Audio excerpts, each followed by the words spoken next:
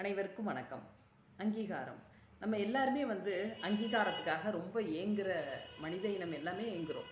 அப்போது அன்புக்காக ஏங்குறோம். அன்புல அங்கீகாரம் கிடைக்கணும், உறவுகளில் அங்கீகாரம் கிடைக்கணும், படிப்பில் அங்கீகாரம் கிடைக்கணும், வேலையில் அங்கீகாரம், அங்கே வேலை பார்க்குற இடத்துல அங்கீகாரம் கிடைக்கணும், குடும்பத்தில் அங்கீகாரம் கிடைக்கணும்னு, நட்புல அங்கீகாரம் கிடைக்கணும்னு இப்படின்னு நிறைய அங்கீகாரங்கள். நம்ம ஒரே மாதிரி மிஷின் மாதிரி வாழலை.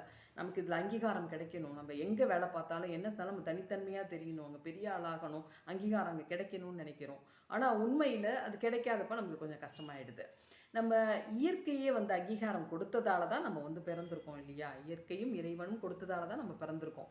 அப்படி இருக்கும்போது இந்த அங்கீகாரத்துக்காக ஏங்கியே நம்ம நாட்கள் வேஸ்ட்டாக போகுது. ஒரு உயிரினத்துக்கு இன்னொரு உயிரினம் சலைச்சது கிடையாது இல்லையா? அந்த பூமியில் எல்லாரும் சரிசமம் தான். அப்படி இருக்கும்போது இன்னொருத்தவங்க உயர்ந்தவங்களாக நினச்சிட்டு அவங்கள்ட்ட எதுக்கு நம்ம அங்கீகாரத்தை தேடுறோன்னு தெரியல. நம்ம என்ன செய்யணும் கடமைன்னா, அடுத்தவர்கள் மனதை புண்படுத்தாமல் நம்ம பாட்டுக்கு நம்ம வாழலாம், நமக்கு தேவையானதை நம்ம செஞ்சுக்கலாம். அதே நேரத்தில் நம்மளை யாரும் புண்படுத்துகிறாங்க அப்படிங்கும்போது அவங்கள விட்டு நகர்ந்துட்டு நம்ம வேலையை அவங்களுக்கு தெரிஞ்சது அவ்வளோதான் அப்படின்னு நகர்ந்துடுறது நல்லது. மற்றபடி நம்மளால் இன்னொரு ஜீவன் பாதிக்கப்படாமல் முடிஞ்ச அளவுக்கு பார்த்துக்க வேண்டியது தான்.